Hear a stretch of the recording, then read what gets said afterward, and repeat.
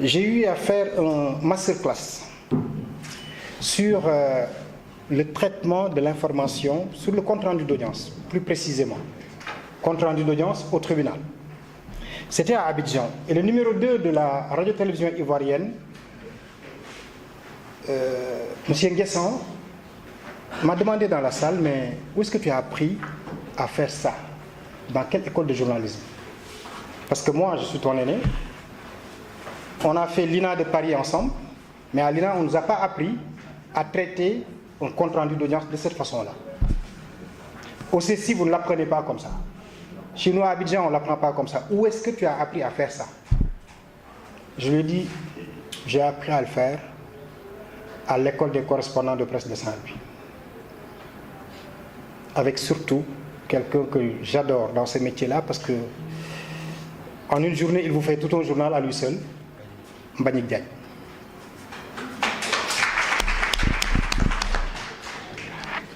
Alors, je suis revenu sur ces moments fabuleux parce qu'il vous faut savoir que le monde vous tend les bras. De Saint-Louis, d'ici, à 270 km de Dakar, vous êtes tenus d'être meilleurs que ceux qui sont à Dakar. Vous êtes tenus d'être meilleurs que ceux qui sont partout au Sénégal. Et vous pouvez le faire et vous devez le faire. Parce que ceux qui étaient là avant vous l'ont fait. Alors, si l'héritage se perd, c'est parce que vous n'aurez pas eu à travailler correctement. Je suis fier quand je regarde les reportages des deux anciens professionnels de la photo. Je vais parler de Moussa Diagne Colombo et de Abdou Boye. C'est le destin qui les a réunis. Moussa Diagne a fait le Maghreb, le Maroc plus particulièrement, où il est technicien en photographie. Mais nous l'avons transformé en reporter. Abdou Boye, c'était l'un des meilleurs photographes de cette ville, aujourd'hui l'un des meilleurs cadreurs. Et il y a des occasions qu'il ne faut pas rater parce que Moussa Diagne est tombé malade. Tant mieux, ça me rassure. Mais Abdou a assuré. Et il fallait être dans l'entourage immédiat de Moussa pour comprendre et savoir que Moussa n'était pas là. Cette solidarité, cette générosité entre ces deux-là, pour moi, est un exemple que tout le monde doit copier. Nous pouvons être des concurrents entre labels, mais entre nous, il n'y a pas de concurrence. Parce que si un d'entre nous meurt tout de suite, au cimetière, nous y serons tous. Et notre papa Golbert, le jour de son enterrement, il n'y avait que des journalistes. C'est des leçons à méditer.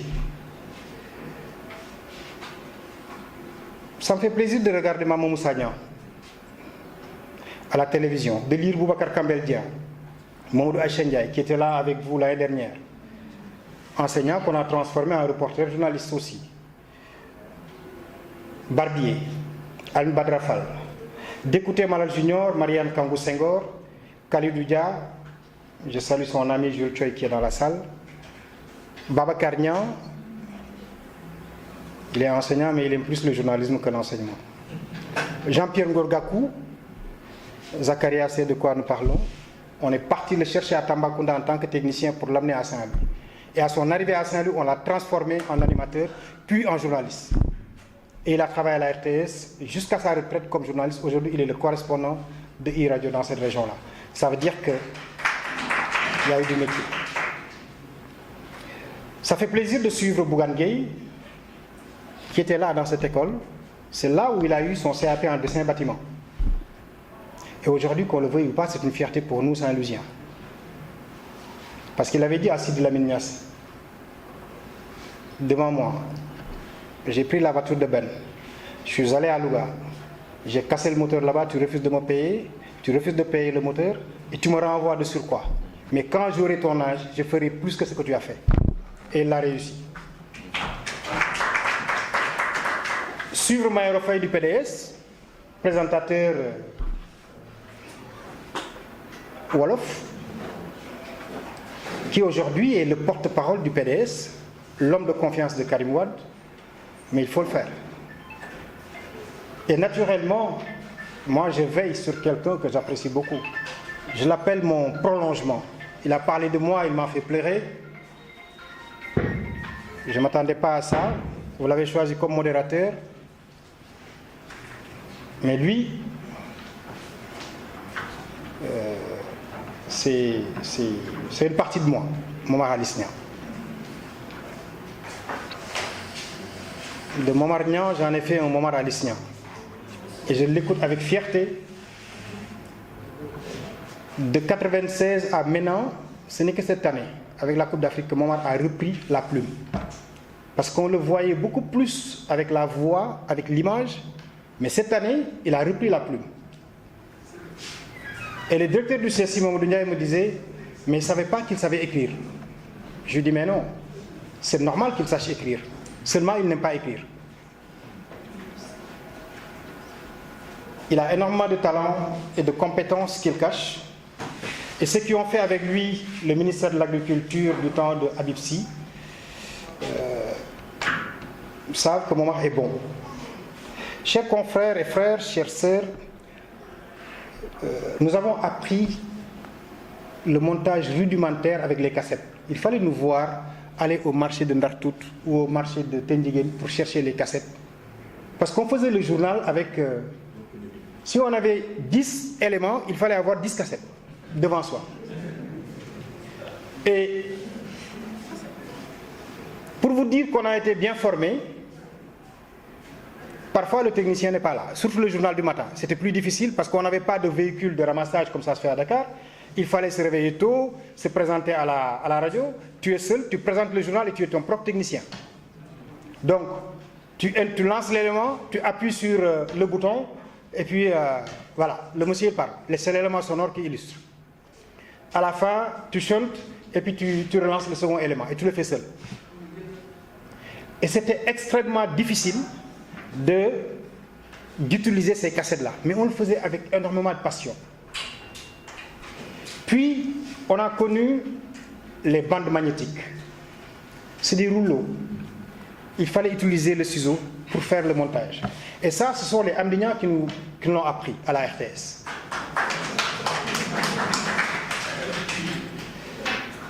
C'était de grosses machines en fait. Pour y toucher, c'était un problème. Et les techniciens ont cette jalousie-là. Leur domaine réservé, il ne faut pas y toucher. Mais en tant que journaliste, quand vous venez, ils s'impliquent, ils vous disent. C'était avec le directeur technique, M. Nyan, avec l'Abba Hachef Soumaré, c'était des génies dans le domaine de la technique. Et je m'en souviens une fois à la Tabaski, le reportage de la Grande Mosquée, on doit envoyer l'élément sur Dakar. Omar Nying sait de quoi nous parlons, parce que Dakar, c'est la pression tout le temps sur les régions. Alors c'est le technicien, Feu Madio Diognan, paix à son âme, qui me dit, mais au lieu de commencer par Tabaski à la Grande Mosquée de Saint-Louis, l'imam Ratib El Hadj Omar Diallo, non, on va innover un peu. Il faut mettre le Allah Akbar là, d'abord. Je dis, bon, il faut une complicité entre les techniciens et les journalistes. Donc ça, je lui laisse. Mais après, les réactions, depuis Dakar, les gens vous disent, mais comment est-ce que vous avez fait? Parce que ça va très très vite. La prière, c'est à 10h30. Le journal de 13h, il faut impérativement que l'élément de Saint-Louis passe. On a plus de 7 régions à l'époque, c'est ça, 7, 8. Mais chaque région veut passer dans le 13h. Donc, si tu es lent, tu t'en sors pas. Et le présentateur de l'autre côté, Omar, on a été à la rédaction centrale RTS, mais quelqu'un qui fait le journal de 13h, si à midi l'élément n'est pas là, mais je suis désolé, le technicien de Dakar ne le récupère pas. Donc tu passes, tu pars à 19h. Et à 19h, toutes les autres régions auront déjà été là. Donc il fallait faire vite. Et ça, la complicité avec les techniciens, vous devez aller manger votre viande de Tabaski, mais il faut le faire d'abord avant de partir. Et ça, moi je l'appelle de la passion. L'ordinateur est venu dans ce métier vers 1998, accompagné de ses mini-disques et de ses solutions software. Et sérieusement, la première radio qui a utilisé l'ordinateur pour faire du journalisme, pour faire le montage en journalisme, ici, il faut reconnaître que c'est Walf FM. Quand ils sont arrivés en 99, Sud était là depuis 94, mais quand Wolf est venu en 99, elle a battu tout le monde de par la qualité sonore. Et ça, on le doit à Sidi Lamine Niasse. Il est parti très loin, il a cherché, il a anticipé pour nous montrer que l'avenir, c'est dans ces machines-là qu'on appelle ordinateurs. Quand je parle de solutions software, ça je l'ai appris avec Momar quand il m'a retrouvé au Mali, c'est les Messenger, c'est les Skype, c'est les Viber. Au départ, on n'en veut pas. Mais plus tard, on se rend compte que ça, il nous le faut pour aller très vite. Et je m'en souviens quand j'étais directeur de la rédaction de la 2STV, El Hadj Ndiaye a dit, moi mes caméras ne sortent pas. Parce que vous allez sortir et revenir ici avec votre histoire de Covid-19, là vous allez nous contaminer, mais mes caméras ne sortent pas. J'ai dit à El Hadj, moi je suis directeur de la rédaction et j'ai le devoir de faire le 19h avec des éléments.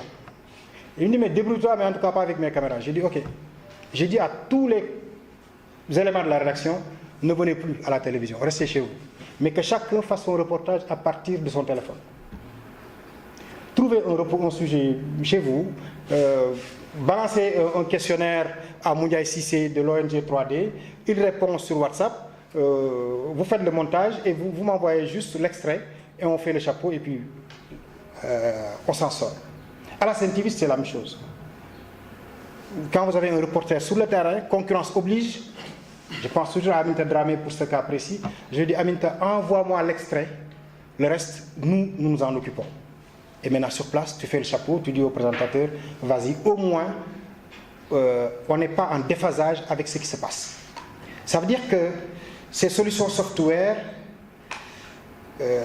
ont accompagné le journalisme. Ce sont des outils très performants, mais aussi performants soient-ils, ils ne font pas le journaliste. Mais c'est quoi exactement un journaliste? Chacun peut donner la définition qu'il veut.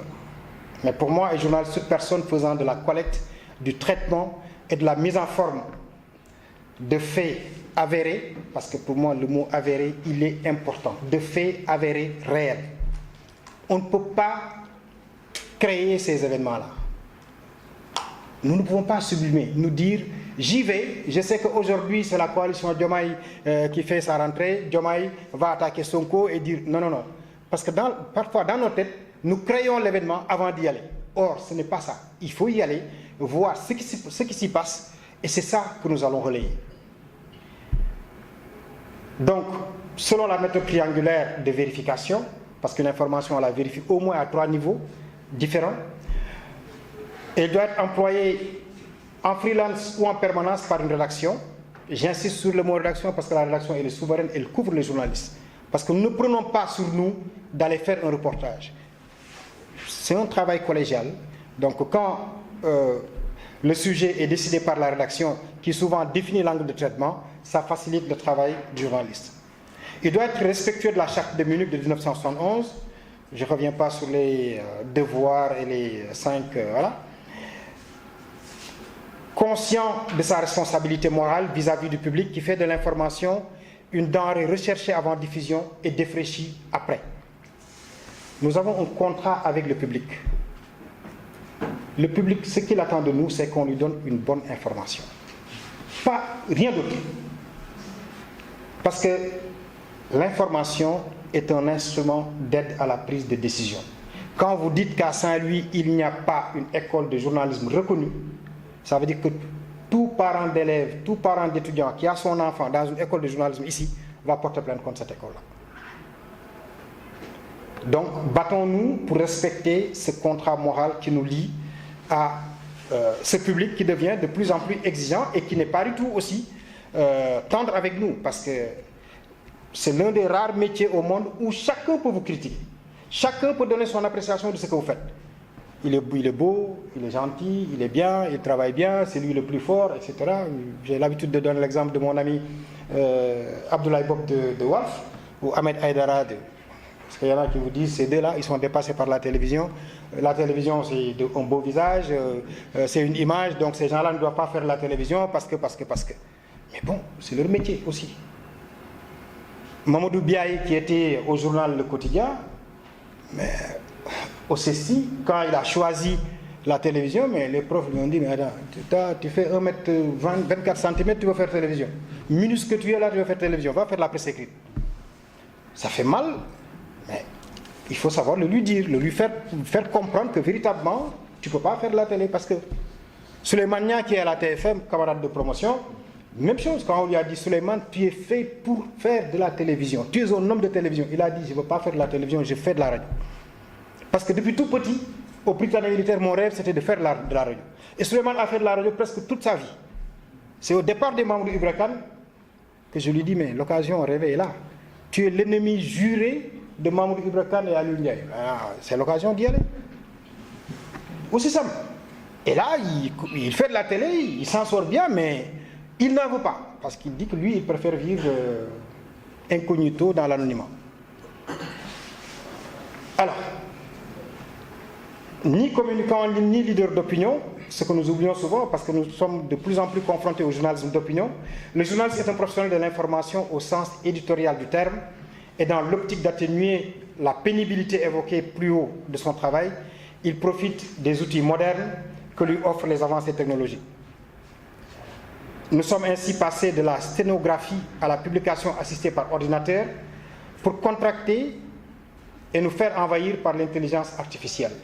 La publication assistée par ordinateur est arrivée dans le métier vers 1996, c'était pour la presse écrite. C'est là où vous aviez à la rédaction 10 femmes qui sont là pour faire la saisie. Donc tu envoies le papier et puis elles sont là en train de faire la saisie. Les journalistes ne faisaient pas de saisie. On écrivait sur les papiers, voilà, et à ces dames-là de faire la saisie. Maintenant c'est terminé parce que vous le faites à partir de votre téléphone. Et ce sont des outils tellement puissants que au mois de juillet 2002, je pense bien c'est ça, Mama Diorboy devait faire sa déclaration de politique générale. Et on a un journaliste, Ousseynou Narguey, qui était là à Saint-Louis comme directeur de l'Alliance française, qui avait fait quelque chose que les Sénégalais ne comprenaient pas, ne connaissaient pas. C'était le photomontage. Ousseynou a pris Mama Diorboy, qui a été magistrat, premier ministre du Sénégal, qui doit aller à l'Assemblée, et on la met à la une du journal Le Tract avec un 2 pièces bikini et le foulard au-dessous de la tête. Et le titre c'était Mama Dior se dévoile. Mais en journalisme, c'était une innovation de taille. Mais Ousseynou, on est allé le cueillir dans son lit ce jour-là pour l'amener à la DIC. Mais il dit ça se fait partout. Pourquoi pas chez nous? Moi, je suis en avance sur les journalistes sénégalais. C'est aussi simple que ça. Et aujourd'hui, tout le monde le fait. Avec vos différents logiciels, Photoshop et compagnie, vous parvenez à faire même mieux. C'est dire qu'au départ, il y a des problèmes, mais à l'arrivée, on se rend compte que ces outils, il nous faut les utiliser. Maintenant, il faut les utiliser intelligemment. Cette intelligence artificielle, est-ce qu'elle fait le journalisme? Bonne question, avec une réponse très courte. Pour moi, c'est non. L'intelligence artificielle peut profondément transformer notre métier, mais elle n'est pas notre métier. Elle fait déjà beaucoup de choses que fait un journaliste. L'intelligence artificielle rédige des articles simples, résume des informations très rapidement, analyse de grandes quantités de données, traduit et corrige des textes. Et ça nous permet d'aller plus vite. Elle est déjà utilisée comme un outil quotidien, mais attention, on parle d'intelligence artificielle. Devons-nous alors accepter de nous laisser absorber par quelque chose d'artificiel? Nous sommes des êtres humains, nous avons créé l'intelligence artificielle, elle ne doit pas nous remplacer. Le journalisme repose sur le terrain, c'est très très important. Feu le doyen Mamles Camara, à chaque fois qu'il devait recruter un journaliste, il vous convoque tôt le matin. Quand vous venez, si vous êtes une fille, vous êtes bien habillé, tailleur, haut talon, 17 cm, c'est quoi que vous disiez, vous ne serez jamais retenu. Si c'est un garçon, costume, cravate, chaussures de ville, si tu fais comme Bolé là, c'est que tu es ajourné d'office. Mais quand tu viens en basket, je dis celui-là, il est fait pour le terrain. Donc, je le prends et je le forme. Et c'est comme ça qu'il a formé des générations de journalistes. Entre autres, j'aime bien l'exemple d'un El Hadj Assane Gueye. Il y a les sources humaines. L'intelligence artificielle ne peut pas aller vers ces sources-là. Et nous allons vers les sources. Et chacun de nous a ses sources. Le préfet qui était là, vous avez tissé une relation extraordinaire avec lui. Ça veut dire que dans l'intimité de son bureau, il peut vous donner des informations et vous dire ni vu ni connu. Mais l'intelligence artificielle ne peut pas interroger le préfet. Le choix éditorial. Quand vous dites à l'intelligence artificielle, fais-moi un papier, voilà l'angle de traitement, elle essaie. Mais elle ne peut pas faire ce que nous faisons. Parce que nous discutons des choix éditoriaux avant d'avancer. Mais ce que l'intelligence artificielle ne pourra jamais avoir, c'est l'éthique. Mais aujourd'hui, devant vous, avec l'avènement de l'intelligence artificielle, je retourne la question. Je me demande si nous ne sommes pas devenus des parasites et des paresseux de l'information. Parce que nous ne travaillons plus. Parce que nous confions le tout. Ce que un reporter de Saint-Louis qui est maintenant à Tambacounda, Moussa Marguerite, me disait, mais directeur, maintenant moi je ne me casse plus la tête. Hein. C'est l'intelligence artificielle qui fait tout pour moi et puis je balance. Tout, le montage et tout. Je lui donne les éléments et puis elle fait et moi je balance. J'ai dit, mais Moussa, est-ce qu'après tu regardes? Il dit, bon, je regarde, mais quand je suis pressé, c'est l'intelligence qui fait. Moi, je ne fais plus rien. Je n'ai plus besoin de monteur, je n'ai plus besoin de cadreur, je fais ce que j'ai à faire. Et la vie continue. Donc, ce serait bien de méditer ça. Est-ce que nous devons être des professionnels de l'information, des processus de l'information, des parasites de l'information ou des paresseux de l'information? Sur ce, je voudrais remercier tout le monde et me mettre à votre disposition pour tenter de répondre aux questions qui seront posées, puisque je ne suis pas sûr de pouvoir répondre à toutes les questions, surtout quand ça vient de sachants qui en savent beaucoup plus que moi. Je vous remercie. Merci. L'intelligence artificielle, souvent appelée IA, est un domaine de l'informatique qui vise à permettre aux machines d'imiter certaines capacités humaines, comme l'apprentissage, le raisonnement, l'analyse de données ou la prise de décision. Contrairement à certaines idées reçues, l'IA ne se limite pas uniquement à la robotique. Elle est aujourd'hui utilisée dans de nombreux domaines tels que la médecine, les transports, l'agriculture, l'éducation ou encore les médias. Au cœur de l'IA se trouve une technologie appelée machine learning ou apprentissage automatique. La machine learning permet aux machines d'apprendre à partir de données.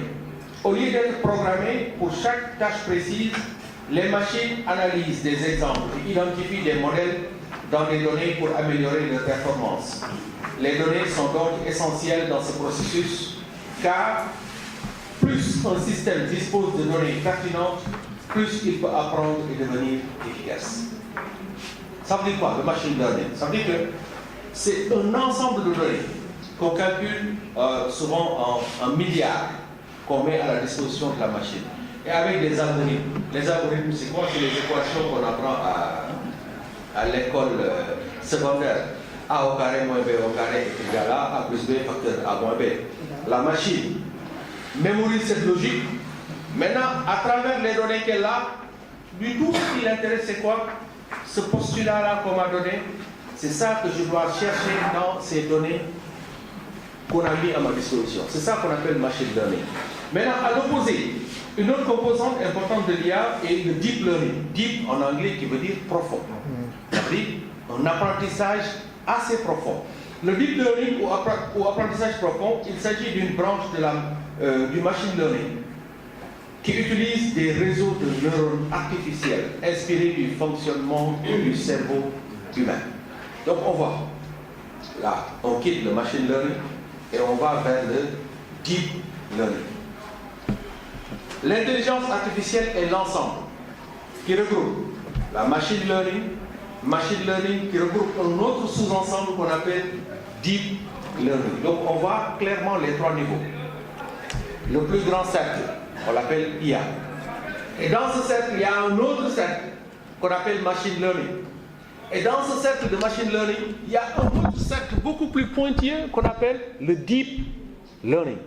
Deep learning, comme on l'a dit tout à l'heure, c'est la machine essaie de créer des neurones semblables aux neurones du cerveau humain pour pousser à l'analyse et à la réflexion.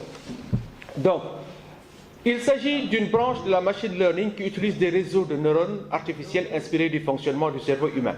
Cette technologie est particulièrement utilisée pour des tâches complexes comme la reconnaissance d'images, la reconnaissance vocale ou encore la traduction automatique. Aujourd'hui, dans beaucoup de commissariats, on parle de reconnaissance faciale. Il suffit qu'une caméra, à travers Saint-Louis, capte votre image. Dans la base de données, on a toutes les informations qui montrent que ça, c'est Baïdiane.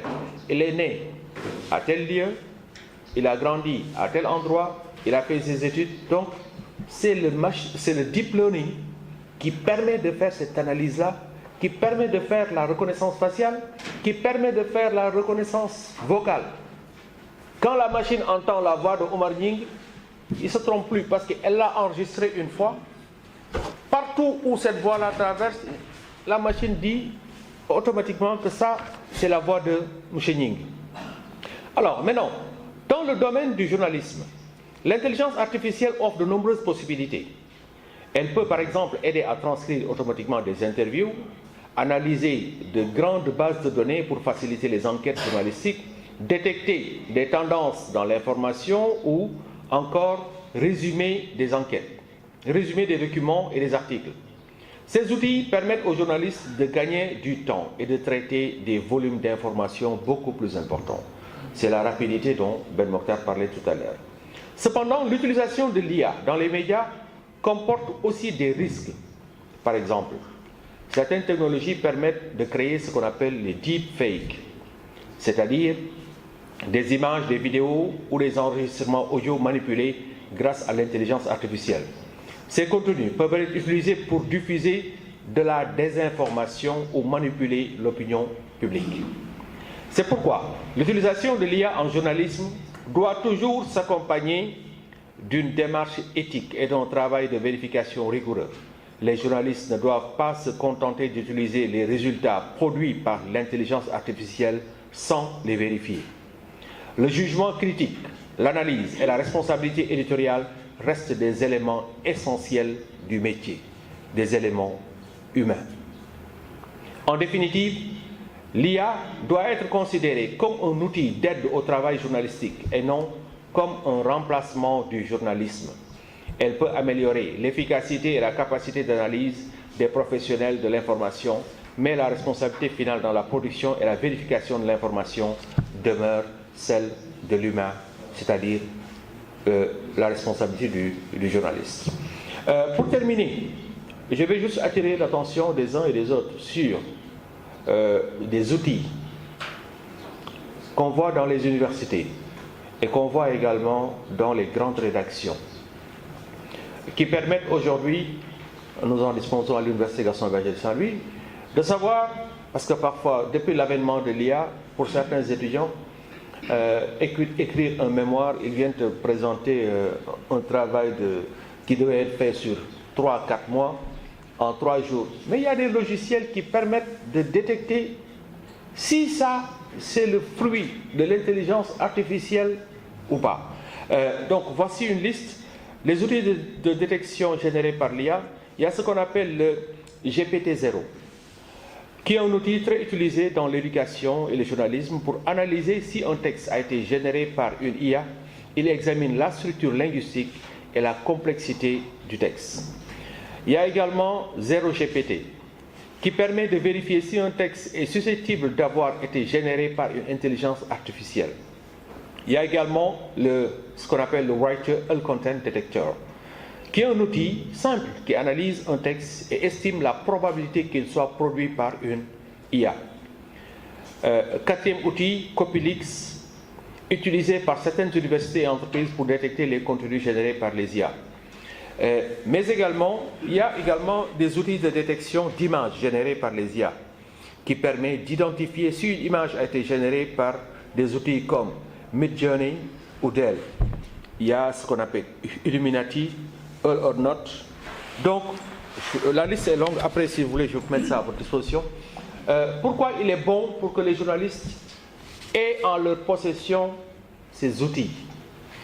Aujourd'hui, je peux recevoir une vidéo me parlant d'un événement en Afghanistan, en Iran. Avant, en tout cas, par rapport à la véracité de l'information, par rapport aux besoins de recoupement, de verrouillage, ces outils, il suffit juste de mettre la vidéo qu'on vous envoie à l'intérieur et il vous dit clairement, en 1 minute, si c'est une vidéo originale ou bien si c'est un produit d'une intelligence artificielle. Pour les photos, ça existe, pour les textes, ça existe, pour les photos, pour les vidéos également, ça existe. Donc, ce sont des choses que tout journaliste aujourd'hui doit connaître et doit essayer de maîtriser. Parce que, comme l'a dit tout à l'heure Ben Mokhtar, l'intelligence artificielle, c'est quelque chose de très positif quand on sait comment s'y prendre, quand on sait comment l'utiliser.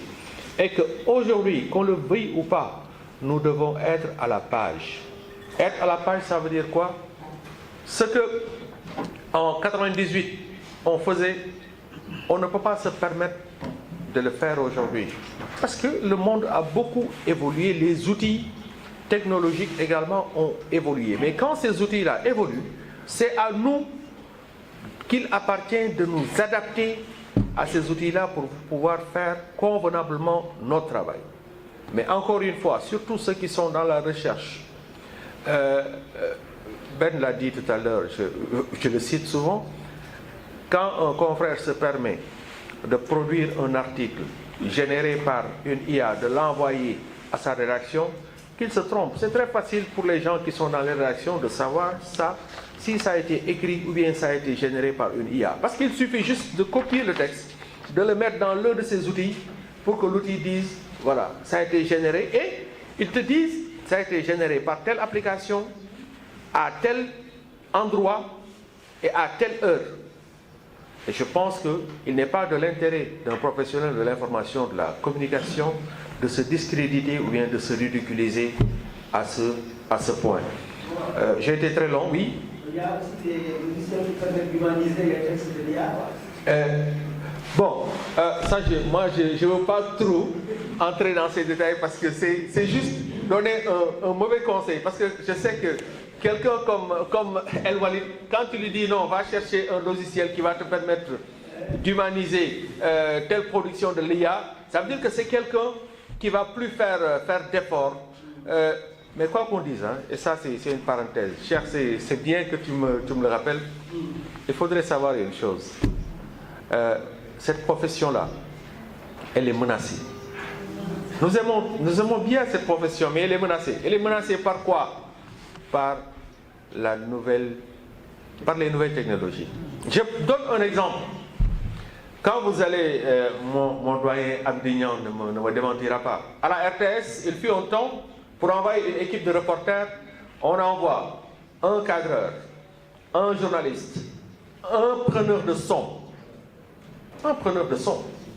Le son, il est extrêmement important. Mais aujourd'hui, qu'est-ce qui se passe? Allez dans les écoles de formation, allez dans les universités, nous, on nous demande de former des JRI, journalistes, reporters d'images. Ça veut dire quoi? C'est par rapport aux besoins du marché. C'est la seule personne, le journaliste, qui fait tout. C'est lui qui fait le reportage, c'est lui qui filme, c'est lui qui prend son son. Donc, aujourd'hui, dans les écoles, c'est cette tendance-là qu'on a. On est en train de former des JRI, journalistes, reporters d'images. Et ça veut dire quoi? On menace la profession des preneurs de son, qui n'existe pratiquement plus. Il n'y a qu'à la RTS. Et même là-bas, ça commence à disparaître. Les cadreurs, qui est une profession, parce que qui jàng bind mooy journaliste bi ak ki nga xamante ni image la jàng ku ci nekk am nga métier mais tey jii dañu bëgg jël ñaari métiers yooyu dëxañ ko ci benn nit. Donc ça veut dire qu'aujourd'hui, quelqu'un qui quitte, et Ben l'a dit tout à l'heure, ça a été toujours notre fierté, nous, ici à Saint-Louis. Moi, je me souviens quand j'ai quitté Saint-Louis pour aller à Dakar, à la rédaction centrale à Sud FM, quand tu arrives, la première question chère que les gens te posent, c'est Tu viens d'où? Parce que à l'époque, les gens de Dakar avaient cette mentalité comme quoi, voilà, les gens qui viennent de l'arrière-pays. Donc, mais quand vous venez, vous vous affirmez. Aujourd'hui, je peux citer des noms. Toute notre promotion et nos devanciers qui ont quitté FM Teranga et qui sont partis à Dakar, dans tous les secteurs d'activité, que ce soit dans l'animation musicale, que ce soit dans le journalisme, mais c'est des gens qui se sont fait des noms. Et c'est ce flambeau-là que vous avez entre vos mains. Et vous n'avez pas le droit de laisser tomber ce drapeau-là. Bougan Gueye, DJ Lise, je peux vous citer des noms, des gens qui, quand ils ont quitté Saint-Louis, ils sont partis à Dakar. Partout où ils sont passés, c'est des gens qui se sont fait respecter. Parce qu'ils ont été à bonne école. Et bonne école, c'est quoi? Moi, c'est quand je loue vraiment le comportement, l'attitude des jeunes reporters de Saint-Louis, c'est quoi? Parce que c'est des gens que j'approche. Cette solidarité-là, chère, on parlait tout à l'heure, c'est des jeunes qui sont toujours ensemble. Et ça, malgré que parfois ils travaillent dans des organes différents, il y a cette concurrence entre organes, mais cette concurrence-là, elle est extrêmement saine. Et les uns excellents dans un domaine font tout pour apporter un plus à ceux qui ont des lacunes dans d'autres domaines. Donc vraiment, on ne peut que s'en réjouir et vous souhaiter en tout cas que ce compagnonnage-là continue. Et comme je l'avais dit, je le répète, le succès est au bout de ce long compagnonnage. Donc voilà, merci, je pense qu'on peut s'arrêter là.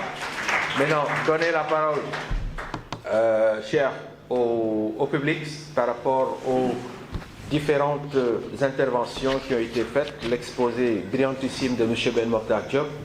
Donc s'il y a des questions, des suggestions. Je vais dire Alhamdulillah Rabbil Alamina pour deux raisons. La première, c'est Ben Mokhtar. Et je me rappelle ses premiers jours à la RTS. Les samedis matins, on se rencontrait et on discutait. Et quand il présente une chose comme ça, je suis fier. Je suis très content. Ben, autre chose, c'est les jeunes reporters. Ce que nous avait laissé les Golbert Diagne, les vieux d'Oro, vous êtes en train de le maintenir. Donc, du courage. Pour intervenir sur le thème, je vais dire que le métier de journalisme est en perpétuelle mutation. Je me rappelle, tu quittais le stade pour aller à la radio et les techniciens comme Tafadam Faye, Mahadien, les Madjojo étaient là prêts à accueillir ta cassette pour faire le montage et envoyer ça à Dakar. Ensuite, on rentrait dans un télécentre pour appeler le CDM pour faire ton papier avant le journal. Ensuite, tu restais chez toi, avec ta machine, tu montais. Actuellement, nous avons l'IA. Mais faites attention, jeunes. L'IA est un couteau à double tranchant. Il peut vous trahir. Il a parlé des outils de détection. Faites attention. Et c'est des choses qui peuvent arriver et qui peuvent vous sacrifier. Quand vous recevez une information, vérifiez bien cette information. Il nous a donné des outils pour détecter est-ce que l'information est vraie ou fausse. Donc, c'était la contribution que j'avais apportée et je vous remercie. Grand journaliste, mais je ne savais pas qu'il était aussi doué dans ce domaine. Momar également, c'est par là que je suis, que vous êtes actuellement professeur à l'université. Nous vous félicitons et ça nous pousse aussi à aller de l'avant tout comme les jeunes reporters qui sont là, il ne faut jamais s'arrêter, il faut toujours apprendre. Parce que ce que Ben a dit par rapport à l'IA, le jour où j'ai vu Ibrahima Diédhiou, Anne-Marie Gomis et Aminata Dramé de la télévision nationale, à partir de mon ordinateur, qui faisait la promotion de paris sportifs ou bien des trucs de, je crois, voilà. Je me suis dit qu'il y a quelque chose qui ne va pas avec l'IA. Donc j'ai un peu pris mes distances, mais cela n'exclut pas. Je fais tout pour faire mon boulot, mais je ne me fonde pas sur ça. Je ne me fonde pas sur ça. Donc vraiment, il y a de la qualité, surtout le complément du professeur Momar. C'est extrêmement important. On a beaucoup appris cet après-midi. La vie, elle est ainsi faite. Chaque jour, vous découvrez de nouvelles choses. Et aux reporters, jeunes reporters, bon, je dis que nous sommes tous des reporters, Bolo et les autres là. Donc nous vous félicitons également et continuez donc de tenir le flambeau. Le défi maintenant, c'est à vous de le relever. Les doyens qui sont là, ils ont fait leur temps, malgré qu'ils sont toujours à vos côtés, mais vous avez le devoir donc de maintenir ce flambeau. Je vous remercie beaucoup.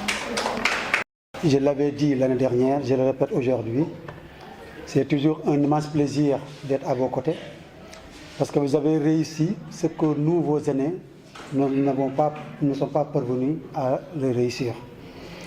Vous avez un groupe, vous êtes tout le temps ensemble, vous partagez tout ce que vous faites, vous organisez, et tout ce que nous vous souhaitons, c'est de pérenniser vraiment ces genres d'initiatives. Donc, tenir un panel animé par Ben Makhtar Diop, un digne fils de Saint-Louis, c'est déjà une fierté.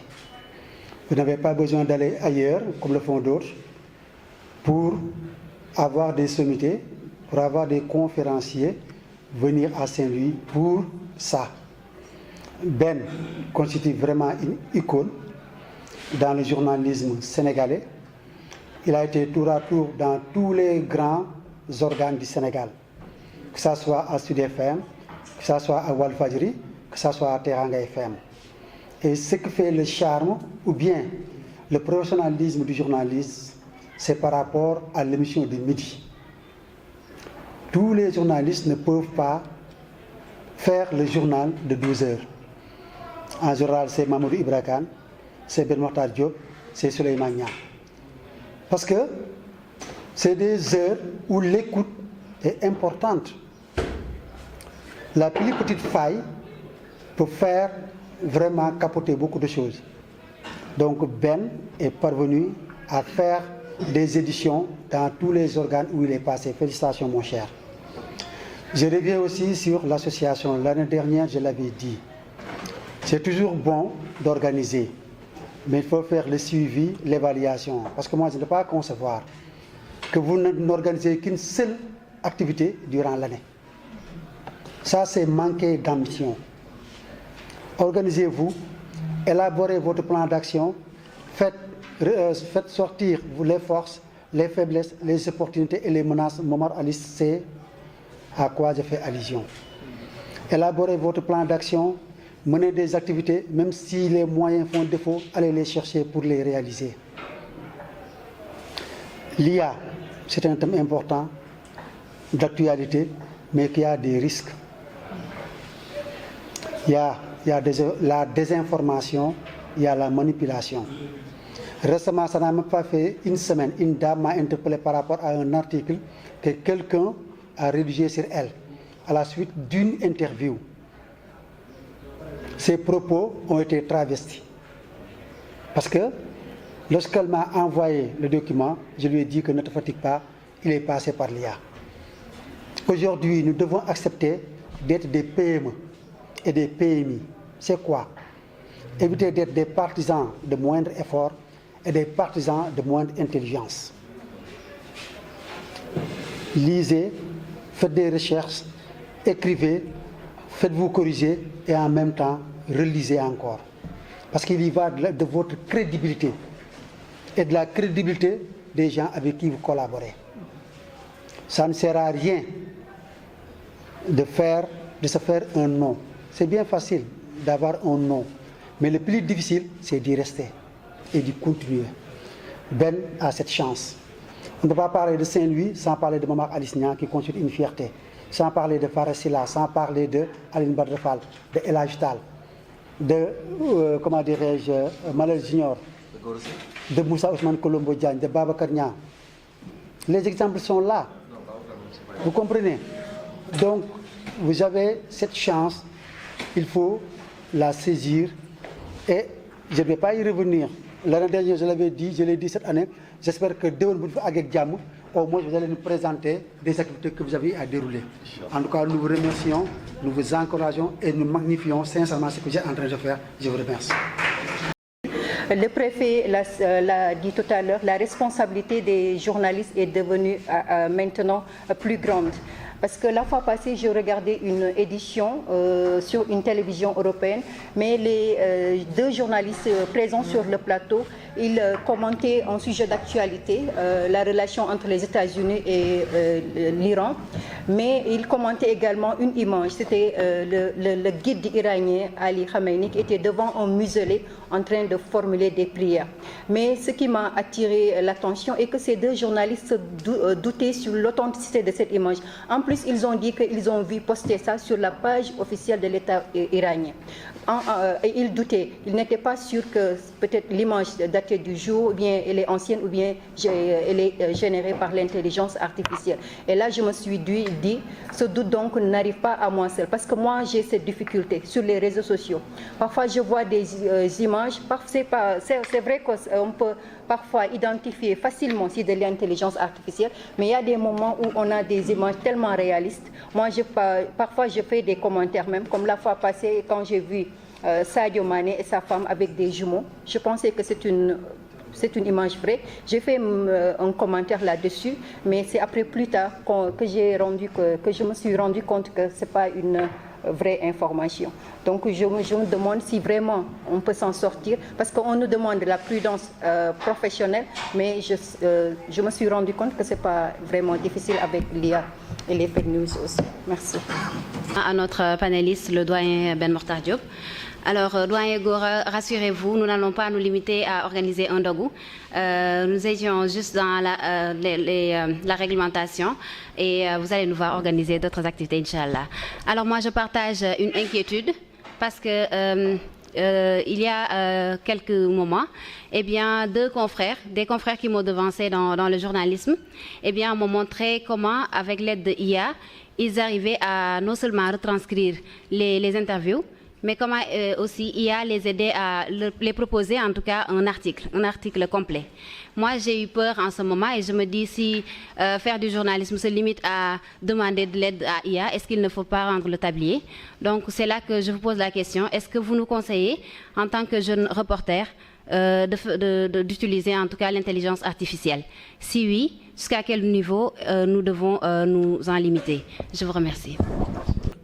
Dañu indi loo xam ni peut-être ñun on l'a raté Ben wax na ko sànq ñun si journalisme fii ci Saint-Louis on est des fiertés surtout ñi nga xam ne ñoo ñu jiitu ay Ben comme ni mu ko waxee ay Mama Moussa ay ñoom Modou Aïcha Ndiaye voilà donc man damay wax toujours ni ñun on n'a plus rien à envier à personne tey jii boo taalee rajo wala nga taal télé bi wala nga xool presse écrite tu verras toujours un Saint-Louisien boo xam ne mi ngi défendre la couleur des Saint-Louisiens te wane na ni am na école bu mu jaar boo xam ni teraanga bokk na ci ak ñeneen te loolu déjà c'est une fierté ñoom nag ils sont venus pour relever pour prendre le flambeau comme ni nga ko waxee léegi ils n'ont plus le droit de laisser ce flambeau là te ils sont en train d'assurer te man foofu loolu moo tax ma kontaan ci ñoom may ñaan ñu tàccu leen bu baax a baax a baax a baax parce que Momar je lui disais ma ni ko journalisme neex na trop mais dafa bëri ay contraintes bëri ay coow bëri ay loo xam ni si biir la nekk mais à Saint-Louis on a eu la chance d'avoir de grands journalistes yoo xam ne leurs noms resteront toujours marqués dans les agendas te loolu miroir la boo xam ni war nañu permettre xale yi di ñëw ñu ci xool di ci continuer ci def te ba léegi je vois que loolu c'est une possibilité et ça continue de réussir man damay suivre seen reportage yi comme ni ñu koy waxee même bu fekkee ni tey sax am na lu ñëw dugg ci biir li nga xam ne mooy reportage yi mais le journalisme il est toujours là parce que da ngay dem reportage da ngay tu dois besoin de voix comme ni ñu koy waxee tu dois agencer tes idées et puis da ngay produire loo xam ni ku ko dégg xam ni kii vraiment il fait des efforts. Moi je me plais à entendre Fat Sall muy lire je me plais à entendre Bolo muy lire te bu ñu paree dama leen di woo wax leen ni leen ah man de lii kontaan naa Ami Gueye la même chose je reprends ces papiers xool te loolu bu fekkoon ñoom defuñu effort wala boog nekkuñu ci dimension boobu tey jii man dama naan xëy na loolu du ma intéressé parce que xëy na am na lu ma xam loo xam ne xamuñu ko aussi. La même chose dans les radios booy ñi nga xam ne ñoo leen entraîné mais aussi il faut remercier les anciens qui ont osé encadrer ces jeunes là parce que tamit mënoon nañu ñëw xëy na ñu ignorer leen wala bañ leen faale mais ñoom am nañu yaru boo xam ni dañuy ñëw ci yow waxtaan ak yow kaf ak yow réew ak yow malgré l'âge qui nous sépare et se voit que loolu xëy na amul ci bépp région parce que yeneen région les gens sont fermés kenn toppatoowul kenn Dakar benn xam na li may wax ak leneen ak leneen tey jii bu ñu amee la possibilité ñuy rencontrer des jeunes ñuy ñëw di ba léegi suñu soxlaa woo Momar Alice suñu soxlaa woo Ben woo Momar Aïcha Ndiaye woo keneen mais ça montre que le link est toujours là les liens sont toujours là et que loolu dañu war a continuer di ko persévérer en tout cas maa ngi leen di féliciter di leen ñaanal aussi liggéey bi ngeen dugg ça va devenir chaque fois plus compliqué avec l'IA comme ni ñu koy wax ak yeneen mais restez zen comme li may wax osez toujours aller de l'avant wane leen ni le métier là mun ngeen ko parce que les grands journalistes de Saint-Louis ne mourront jamais je l'ai toujours dit. J'avais omis de parler du doyen Diarra. C'est vrai que quand il est rentré dans la salle je l'avais pas reconnu parce que avec la barbe blanche il était tellement fringant à l'époque. Moi j'étais le petit chouchou de ces doyens là quoi. Donc avec mon visage angélique d'enfant là il croyait que j'étais un innocent. Or en 96 déjà je faisais des choses bon ils nous ont formés, ils nous ont formatés et ils nous mettaient devant le fleuve pour apprendre à dire des choses. Babacar disait tout à l'heure quand j'entends Ami Gueye lire, nous on nous disait ne lisez pas vos papiers, il faut les dire. Donc on se mettait devant le fleuve, on criait. À l'époque on me disait mais il te faut casser tes cordes vocales. C'est pourquoi le 8 décembre dernier quand j'ai été opéré du larynx, je me suis dit mais est-ce que c'est pas le travail de Radio Saint-Louis? Mais parce qu'au départ on vous dit il faut boire de l'alcool pour avoir une belle voix, il faut ceci, il faut cela. Mais après quand tu arrives sur les grandes chaînes, tu arrives à Walf, on te donne le journal de 7 heures dans un premier temps en week-end, 22 heures pour commencer, on te teste, après on te donne le 13 heures, le 12 heures, tu remplaces Mamoudou Ibra Kane, puis lui il disparaît, tu arrives à Sud, même chose, on te donne le 6h45 puis le 12h, finalement tu deviens scotché à ces éditions-là. À la RTS, Omar Sy, Khalil Touré te dit prends-moi le 13h, tu te dis mais 13h RTS quand même, ça c'est la catastrophe quoi. Et un beau jour tu vois Momar Lo qui se présente, qui te dit mais jeune homme, chapeau, hein, moi je n'ai plus rien à faire quoi. Tu m'envoies à la retraite. Je dis non grand, quand vous êtes là, moi je ne travaille pas. Mais c'est parce qu'à la base, ce métier-là, il faut l'aimer, il faut l'apprendre. Le professeur Marito Nian m'a dit une fois à Abidjan, quand les journalistes me posent une question, à partir de la formulation de la question, je sais si ce journaliste est bon ou pas. Vous avez en Suisse une école où, pendant 9 mois, vous n'apprenez qu'une seule chose. Poser des questions. Comment poser une bonne question. Pendant 9 mois, vous ne faites que ça. Parce que souvent, nous commentons nos questions. Souvent, nous formulons très mal. Mais parce que nous n'avons pas l'outil pour travailler. Et pour avoir ça, il faut fondamentalement lire. La lecture est essentielle. Moi, je refuse que l'intelligence artificielle me remplace. Parce que ce que j'écris, je suis sûr que l'intelligence artificielle ne peut pas le faire. Ce matin, en écoutant Diomaye parler, mais je marchais et j'avais le titre de mon journal pour lundi. J'ai dit, ils vont divorcer. Mais moi, j'ai fait un jeu de mots avec divorce. En marchant, j'étais en train de travailler sur le titre du lundi. L'écorce du divorce écorché. J'étais en train de penser à quelque chose comme ça. Et je me suis dit, fondamentalement, d'ici lundi, je trouverai quelque chose de bien. Donc, ça veut dire quoi? Si vous ne lisez pas, Si vous n'avez pas la culture générale, vous ne pouvez pas faire du bon journalisme. Vous n'avez pas d'avenir dans ce métier. Quel que soit l'apport de l'intelligence artificielle. Parce que ça me permet de répondre à Ami, faites confiance à votre potentiel, à votre culture générale. Et la culture générale, elle est continue. Quand Omar Nying parle, vous savez, j'ai dit souvent qu'il y a des journalistes qui sont impolis. Mais il y a des journalistes qui sont très polis. Omar m'appelle doyen, mais je ne suis pas son doyen. On est de la même génération. Mais c'est un signe de respect en fait. Parce qu'on a fait la même rédaction, j'ai présenté le journal, lui il allait chercher les infos, il venait. Mais ce respect-là, pour moi, ce n'est pas le journalisme qui fait du journalisme un journaliste poli. Soit on est poli à la maison, et c'est ce qu'on va transposer à la rédaction, ou on est impoli à la maison, et quand on devient... Parce que le journalisme te rend plus fort. Si tu es poli, tu deviens plus poli. Si tu refuses la corruption, tu vas continuer. Si tu aimes l'argent, tu vas davantage aimer l'argent. Si tu aimes la femme, même chose. Si tu aimes l'alcool, les journalistes, ils boivent comme ils veulent, ils ne payent rien. Donc, quand on fait ce métier-là, il faut à un moment donné se reconnecter avec soi-même et se demander mais qui je suis, d'où je viens et où est-ce que je vais aller. Mais si tu considères que tu es Dieu le Père, parce que nous sommes tous nombrilistes, les journalistes croient qu'ils sont plus forts que tout le monde. Mais le jour de ta retraite, tu auras très mal. Il y a un journaliste que j'adore, Momar Seyni Ndiaye. Le jour de sa mort, quand on l'inhumait, son propre grand frère, même père, même mère, a dit mais attends, il faut ngeen dugal tànkam yi parce que dañu yàgg nañ fi. Et Abdoulaye Mbow l'a regardé, il lui a dit mais yow tu es qui? Momar bu fi nekkoon ni nga wax li on prend notre temps bu ñu ko waroon suul fii ba minuit on prend. Or Abdoulaye Mbow et Momar Seyni Ndiaye bokkuñu dara. Mais je dis si Momar pouvait imaginer kan mooy taxaw bésu dëjëm te ñun ñëpp nous avons des gens qui nous aiment, nous avons des gens qui ne nous aiment pas. Et le jour de notre mort, il y a des gens qui nous aiment, qui ne vivent que par nous et qu'on n'a jamais vu, mais qui dans un coin de leur chambre se disent ah mais man qui moi c'est mon journaliste. Mais il faut que ces gens-là ñu leen di honorer tout le temps. C'est pourquoi je dis que les deux Omar Nying de la RTS font partie des journalistes les plus polis qui soient. Ça quand même, il faut que ñu nangul leen ko. Je ne pensais pas que Gora est là. Lui, c'est... Bon, j'entends Momar l'appeler imam, c'est pas un imam. C'est mon frère. Parce qu'on est parti de Léona. On s'est battu. J'ai dit que Gora Seye, c'est un monsieur à respecter. Quand je dis c'est un monsieur à respecter, c'est que son environnement naturel ne lui permettait pas de performer. Son environnement naturel ne lui permettait pas de devenir un intellectuel.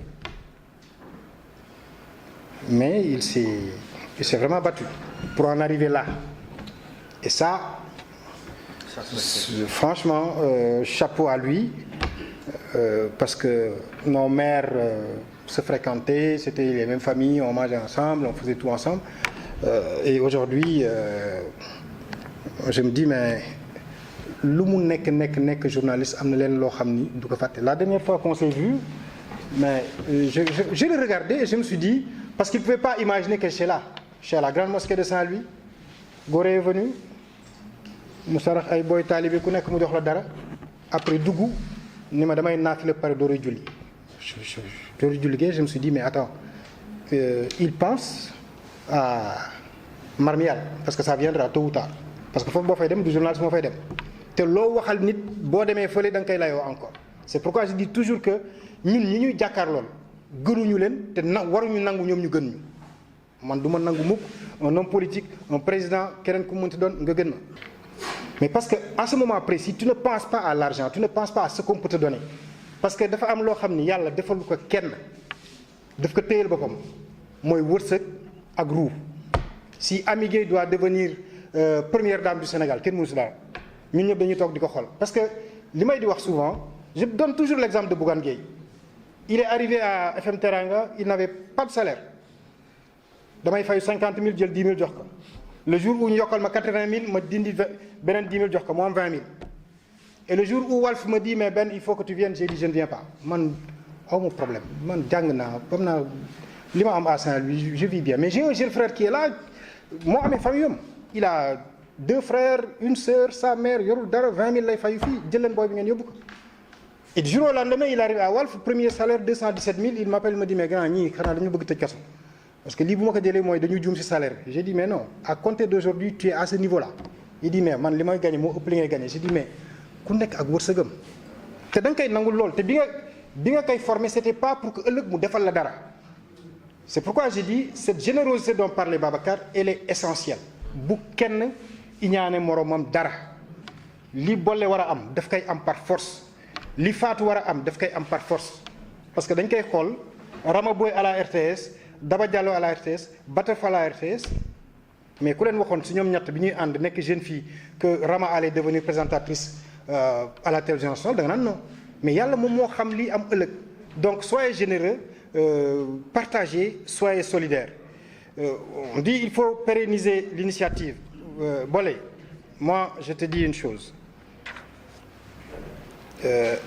à Dakar quand on créait l'école de la convention avec les Pape Alé on avait commencé par les cours fii il faut le faire Mamadou Aïcha Ndiaye peut venir Alioune Badara Fall peut venir parce que c'est ce qu'on appelle les masterclass les gens peuvent se déplacer ñëw def ko même si c'est une fois tous les 3 mois il faut le faire et moi je prends l'engagement en tout cas je le dis pas pour vos beaux yeux parce que mais au moins si je dois le faire parce que je l'ai fait à l'université du Sine Saloum comme Momar le fait ici j'ai pas de problème mën naa choisir si module yu ñuy defal étudiants yi foofu ñëw def ko fii avec même une attestation à l'appui parce qu'on l'a fait pour nous donc pourquoi ne pas le faire pour nos jeunes frères enfin li may terminer rek mooy jéggalu ñëpp bu fekkente ni que ni à un moment donné on est passé à côté mais ça a été une fierté d'être là et je vous exhorte à performer et à être meilleur je vous remercie. Le préfet est parti mais dañ koy remercier parce que c'est quelqu'un quand même qui soutient beaucoup la presse à Saint-Louis lui tout comme le gouverneur je parle de l'adjoint Abdoulaye Djeylani Ba. Remercier également Ben Mokhtar Diop pour sa prestation qui a été de très haute facture mais associé à ces remerciements aussi Momar Alice qui l'a complété qui l'a accompagné pour dire simplement qu'il forme un duo et un formidable duo. C'est pourquoi quand ils m'ont invité à me mettre entre eux j'ai dit non, je vais laisser la communication passer, je ne vais pas me mettre entre vous. Donc félicitations et applaudissements pour eux. L'autre chose, c'est dire aux jeunes de prêter une très bonne attention aux conseils qui vous ont été donnés. Au-delà de ça, on va même vous demander de quitter cette ville-là et d'aller chercher du travail à Dakar ou ailleurs. Ne restez pas ici, vous n'êtes pas obligé de rester à Saint-Louis. C'est vrai qu'il y a toujours des gens qui vont rester, des gens comme moi qui ne peuvent pas partir, des gens comme Babacar Niang ou comme Baye Diagne. Mais il y a parmi vous qui sont encore très jeunes et qui peuvent aller revendre leur talent à Dakar. N'hésitez pas à le faire. Ça, c'est un conseil qu'on vous donne. Terminez par prier pour tout le monde. Féliciter Bolo qui dirige l'association, mais également tous ceux qui sont derrière lui. Quelqu'un a parlé des filles qui sont derrière Bolo, mais il n'y a pas que des filles. Il y a aussi les Demba et autres qui sont avec lui.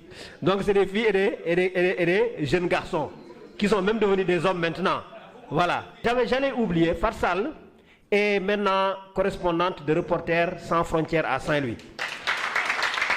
Et elle était récemment à Dakar pour une activité. Ils ont décidé à ce niveau-là d'accompagner les régions. Donc ici à Saint-Louis, s'il y a des journalistes qui sont brimés ou des journalistes qui perdent leurs outils de travail lors de reportages ou de heures ou quelque chose comme ça, ils peuvent s'en remettre à elle et elle pourra remonter et il y aura toujours un accompagnement. Nous prions qu'il n'y ait pas de heures, que les gens restent polis comme Omar Nying, qui restent polis comme Ben Matar et tous les autres, et qu'ils se défendent aussi sur le terrain. Et ça se fait dans l'union. L'union fait la force. So jëlee benn bant bëgg ka damm tak day damm mais soo teglee juróom-ñaar fukki bant tegle leen bëgg jàpp bëgg damm day bañ